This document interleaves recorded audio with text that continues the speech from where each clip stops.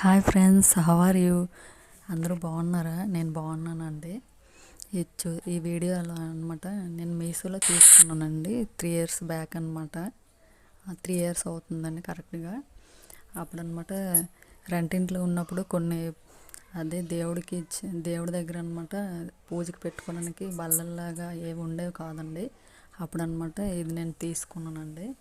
ఇప్పుడు కొన్ని ఇళ్ళు ఉంటాయి, కొన్ని ఇళ్ళు ఉండవు. ఇప్పుడు మేము రెంట్కుండే హౌస్లో అనమాట ఉన్నాయండి. ఇదనమాట అలా ఉందని కొంచెం అలా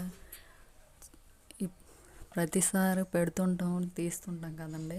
అలా పెట్టడం వల్ల అనమాట ఇటువైపు అనమాట చూడండి ఇరిగినట్టు కొద్దిగా అయ్యిందండి.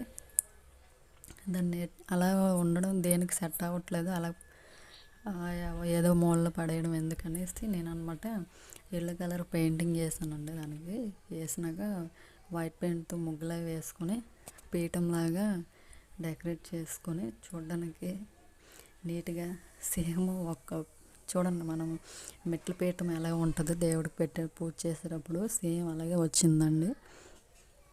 నేనైతే వినాయకుడి పూజకి, వరలక్ష్మి పూజకి దీన్నే ఉపయోగించానండి.